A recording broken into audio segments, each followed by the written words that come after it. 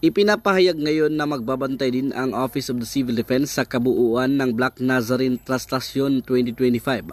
Ayon sa pamahayag sa Office of the Civil Defense National Capital Region, bagamat ang nangungunang namamahala ang Quiapo Church Manila Disaster Risk Reduction Management Office at Metropolitan Manila Disaster Risk Reduction Management Council, magsasagawa din ito ng monitoring sa kabuuan ng selebrasyon. Kinabibilangan ito ng real-time monitoring sa andas, Black Nazarene Carriage, deployment ng mga local team sa ground, paggamit ng mga satellite phones at UHF radio para sa mas maayos na komunikasyon. Tinitiyak din ng ahensya natutulong itong magbabantay sa seguridad kasamang iba't ibang security forces. Bago nito ay nakikipulong si Office of the Civil Defense NCR Regional Director George Kaiser sa mga kinatawan ng iba't ibang ahensya, simbahan, mga grupo na namamahala sa kabuuan ng traslasyon.